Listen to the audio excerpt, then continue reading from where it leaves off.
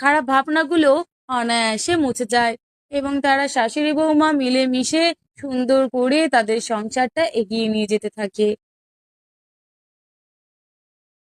শুভমিতা ঘোষবাড়িতে বিয়ে হয়ে এসেছে মাত্র 9 দিন হলো। শুভমিতা দেখতে ছিল ভীষণ মিষ্টি এবং তার পেশা ছিল সে একজন স্কুল টিচার। তার বিয়ের পরে তার পেশাটাকে এগিয়ে নিয়ে যাওয়ার প্রতিশ্রুতি দিয়েছিল শুভমিতার শ্বশুরবাড়ির লোকজন। তারপর পারিবারিকভাবেই শুভমিতার সাথে অনিলের বিয়েটাও হয়ে যায়।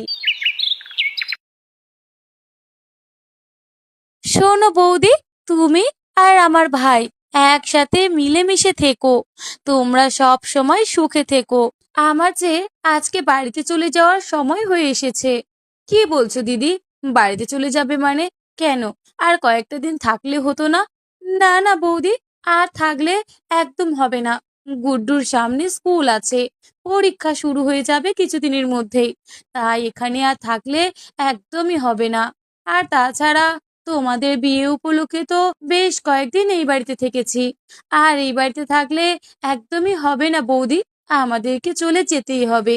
আচ্ছা ঠিক আছে দিদি, স্কুল পড়াশোনা থাকলে অবশ্যই সেই দিকে মনোযোগ দেওয়া দরকার। আমি তোমাদেরকে আটকাবো না। সব থেকে আগে পড়াশোনা। আর গুড্ডুকে সব সময় খেয়াল রাখবে যেন সব সময় তার পড়াশোনার দিকে মনোযোগ থাকে। হ্যাঁ হ্যাঁ বৌদি, এইসব নিয়ে তুমি একদম চিন্তা করো না। আজই বিকালে আমরা রওনা দেব। তাই তোমার ঘরে তোমাকে একটু বলতে আসলাম আর কি। ঠিক আছে দিদি, যখন তোমাদের সময় হবে তোমরা যেও। তবে শোনো, এইভাবে নতুন বৌদিকে ফেলে রেখে চলে গেলে হবে না কিন্তু। পরীক্ষা পড়াশোনা শেষ হলে আবারও কিন্তু এই বৌদিকে দেখতে চলে আসতে হবে। হ্যাঁ হ্যাঁ বৌদি, সে আর বলতে, অবশ্যই আসবো।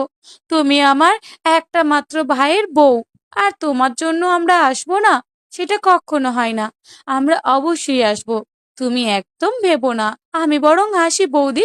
এই বলে শুভমিতার একমাত্র ননদ ঘর থেকে বেরিয়ে যায় এবং সে ঘর থেকে বেরিয়ে তার মায়ের ঘরের উদ্দেশ্যে রওনা দেয়। অন্যদিকে শুভমিতা রান্নাঘরে যাওয়ার উদ্দেশ্যে বের হলে তার শাশুড়ি এবং ননদের কিছু কথোপকথন সে শুনতে পায়। শোনো মা, তুমি কিন্তু তাহলে আজ থেকে শুরু করে দিও। তোমার যা রাগ, মনের ইচ্ছা, সবকিছু এবার তোমাকে পূরণ করতেই হবে। হ্যাঁ রে মা, সে আর বলতে, আমার মনের আশা এইবার আমাকে পূরণ করতেই হবে। কতদিন এইভাবে মনের ক্ষোভ যে লুকিয়ে রাখবো তার কে জানে। বিয়েটা তো হয়েছে, এইবার তোরা দেখতে থাক আমার মনের আশা আমি কেমন করে পূর্ণ করি। হ্যাঁ মা, মনের আশা তোমাকে পূরণ করতেই হবে। যা তোমাদের সাথে হয়েছে তা কখনো ওদের সাথে হতে দিও না মা। হ্যাঁ, সে আর বলতে, সব দিক আমাকে দেখে শুনে রাখতে হবে, তা না হলে সবকিছু বেহাত হয়ে যেতে পারে। হ্যাঁ মা, সবকিছু খেয়ালে খেয়ালে রাখবে। আর শোনো, আজ তো আমি চলেই যাব। তাহলে যা কিছু করবে একটু ভেবেচিন্তে করো, যেন কোনো অসুবিধায় না পড়তে হয়। না রে মা, কোনো অসুবিধা আমার হবে না।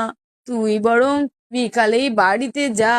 জামাই বাবা তো গতকাল চলে গিয়েছে। আর তাছাড়া আমার গুড্ডু সোনার পড়াশোনারও অনেক ক্ষতি হচ্ছে। তুই বরং আজ বিকালেই বেরিয়ে যা, বুঝলি মা?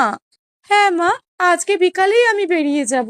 এই সমস্ত কথোপকথন শুভমিতা বাইরে থেকে সবটা শুনে ফেলে এবং সে মনে মনে ভাবতে থাকে, এ কি, এটা আমি কি শুনছি? মনের রাগ উসুল করবে মানে? আমি তো বিয়ে হয়ে এসেছি মাত্র 9 দিন হলো। আর এর মধ্যে আমার শাশুড়ি আর ননদের এমন কথোপকথন তো মেনে নিতে পারছি না। এই কয়দিনে আমার উপরে আমার শাশুড়ি মা এত রেগেই বা গেলেন কেন? আমি কি এমন অপরাধ করেছি? না না না, তাহলে সবই ঠিক। সবাই যেটা বলে শাশুড়ি ননদরা কখনো ভালো হয় না, আমার মনে হয় সেটাও আমার সাথেই ঘটতে চলেছে। আমার শাশুড়ি ননদ আমার উপরে ভালো কথা বললেও মনে হয় ওরা আমার ক্ষতিই চায়। এদের আসল রূপ যেহেতু আমি দেখতেই পেয়ে গিয়েছি, সেহেতু এদের থেকে আমাকে সাবধান থাকতেই হবে। তা না হলে এই বাড়িতে আমার যে টিকে থাকার লড়াইটা খুব কঠিন হয়ে যাবে। এই বলে সৌভমিতা সেখান থেকে চলে যায়। এমন ভাবে বেশ কয়েকদিন কেটে যায়। একদিন